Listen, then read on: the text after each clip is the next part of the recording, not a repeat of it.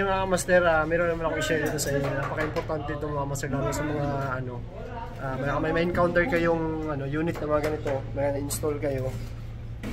Ito mga master, makikita nyo itong thermostat na yan. Dapat magkakaman siya. Paglagay 18 yan, dapat yung display na nakikita nyo master, dapat mag-18 din siya. Yan. Kaso hindi mga master, di ba? Hindi yan. Ano lang siya, yung dust lang. So ito makikita ko sa inyo mga master. Ito lang tatanggalin yung mga master. Yan, makikita nyo yung mga master yan. Yan. Tanggalin nyo lang ito mga master. Wag nyo ikabit kasi para sa beam is to eh.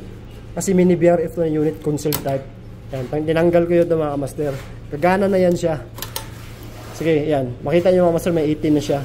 Pag ilagay nyo yung thermostat niya na 20, susunod na rin yan siya. Ilagay mo sa 20 kmx yan. Naka-off ata yan eh. Yan mga master, magkakaman na siya mga master. Yan. 20, yan, kakaman na rin siya. So, yun lang mga master, baka pag may maka-encounter kayo ng ganitong unit. Cell unit yan mga master ha. Yan, yun lang tatanggalin nyo dito yung nakakabit sa kanya. So, yun lang mga master, ingat lagi, ingat.